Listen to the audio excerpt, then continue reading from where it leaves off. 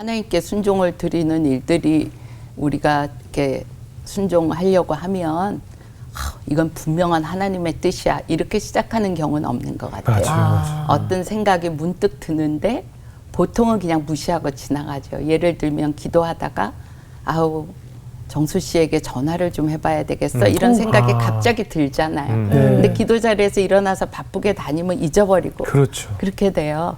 그런데 그때 순종을 해보는 거예요. 맞아요. 보통 우리가 잊어버리고 이제 주일에 만나면 아우 정수 씨 일주일 동안 별일 없었어요. 그럼 거의 대부분 별일 있어도 별일 없다 그렇죠, 그러지. 그렇죠. 안보 인사하는데 나 별일이 있었어요. 이런 사람은 없잖아요. 근데 제가 전화해서 나 기도하다가 당신 생각났는데 이렇게 안부 전하고 싶어. 잘 지내지? 이러면 아유 말이야 나 요즘에 마음이 힘들어라든가 뭐 이런 얘기를 할 수 있는 거 그렇죠. 아니겠어요? 근데 이건 너무 작은 일이에요. 그냥 스치고 지나간다고 해서 별 문제 아닐 것처럼 지나가지만 순종을 들여보면 하나님이 우리를 이렇게 이끄시구나 하는 걸 점점 더 알게 되는 것 같아요. 그리고 불순종하면 그 결과도 모르니까 무감하게 가는데 네. 불순종할 때의 결과가 얼마나 무서운지를 알면 순종을 안 할 수가 없는 것 같아요. 예. 제가 한 번은 금요 성령 집회 끝나고 이제 개인 기도 시간에 기도를 하는데 어느 집사님 생각이 확 나는 거예요.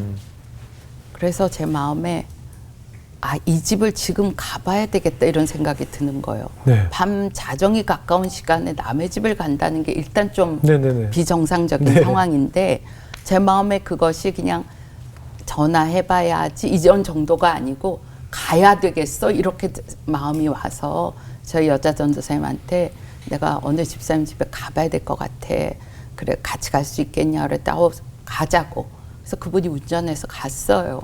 근데 집에 문이 열려 있고 밤 자정이 넘어가는 시간에 열려 있어서 들어가 보니까 이분이 약을 드신 거예요. 그래서 전도사님하고 저하고 이분 뭐 119 부르고 그래서 응급실 모시고 가서 위 세척하고 뭐 이래서 살아났거든요. 근데 그때 제가 들었던 느낌, 집사님 생각이 났어. 아유 12시네 이제 가서 자야 되겠다 이랬으면 맞아요. 그 다음날 저는 참 엄청난 소식을 들었겠죠. 듣고 막 죄책감에 예, 얼마나 예. 시달렸겠어요. 그때 한 번만 더 봤으면. 네, 전화를 해야 될까 가봐야 될까 이런 희미하게 떠오르는 그런 것에 순종하는 게 중요하겠다. 그러네요, 왜냐하면 그러네요. 우리의 생각의 근원은 세 가지예요. 내 생각, 마귀가 주는 생각, 하나님 주는 생각.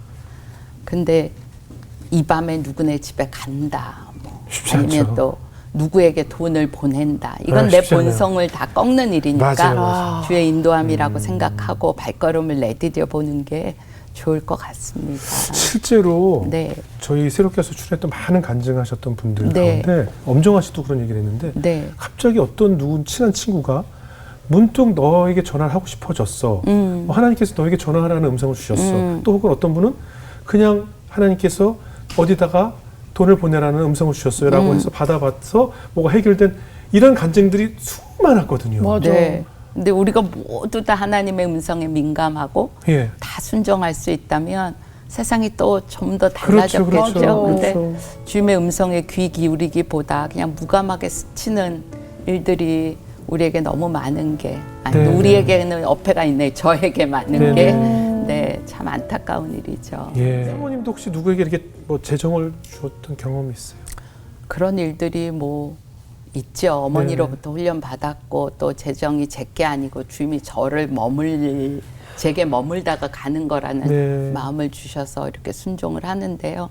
최근에 기억나는 일이 하나 있어요. 예. 그거는 제 본성은 갖고 싶은 거기 때문에 주님이 그런 마음을 주셔도 할까 말까를 망설이게 되고 또 어떤 액수에 대한 것도 점점 적은 액수로 가게 되고 이게 제 본성인데 네. 그날은 밤에 기도하는데 그 마음을 주셨어요. 근데 그때 보통 같으면 알겠어요 주님 그러고 자고 아침에 일어나서 보냈을 거예요. 네. 근데 그날은 너무 마음에 급하게 지금 바로 보내야 돼 이런 생각이 드는 거예요. 그래서 기도하다 말고 제가 재정을 보냈습니다. 우선 핸드폰으로 보낼 수 있으니까요.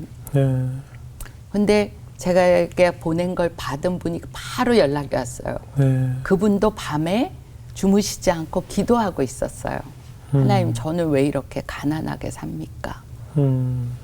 하나님에 대한 원망이나, 그분도 굉장히 재정을 믿음으로 주의 뜻대로 사는 분이지만 너무 공고한 형편이 계속되니까 그렇게 하나님 앞에 하는데 제가 재정을 딱 보낸 거예요. 기도하는 중간에. 예.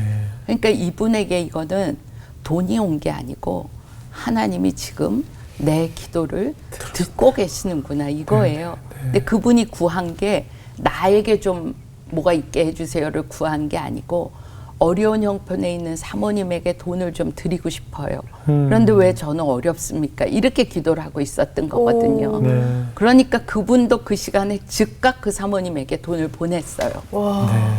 근데 그 사모님은 그 밤에 주무시지 않고 기도하고 있었어요. 하나님, 저 기억하는 거 맞습니까? 하나님, 저 이렇게 힘들게 계속 가야 되는 것입니까? 너무 낙심한 마음이 있었는데 띵롱 하고 돈이 온 거예요. 세상에. 제가 그때 돈을 보내고 나서 느꼈던 감정을 어떻게 말로 설명하기 어려운데요. 예. 보통 이제 돈을 보내고 나면 내가 하나님의 뜻에 순종했나? 이분에게 꼭 필요한 거였나? 뭐 이런 질문을 갖게 되잖아요. 근데 네. 그날은 아니었어요. 보내고 나니까 지금 영적인 세계에서 엄청난 일이 벌어지고 있구나. 하나님에 대한 경외심으로 제 마음이 굉장히 두렵고 떨리는 마음이 그 시간에 있었는데 5분 안에 띨롱띨롱띨롱 이렇게 가고 그 밤에 우리가 전화로 만나서 하나님 살아계셔. 하나님 우리의 기도에 지금 이 시간에 응답하고 계셔.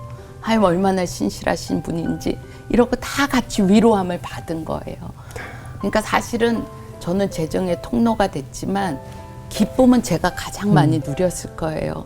주님이 하시는 일을 보는 네. 기쁨.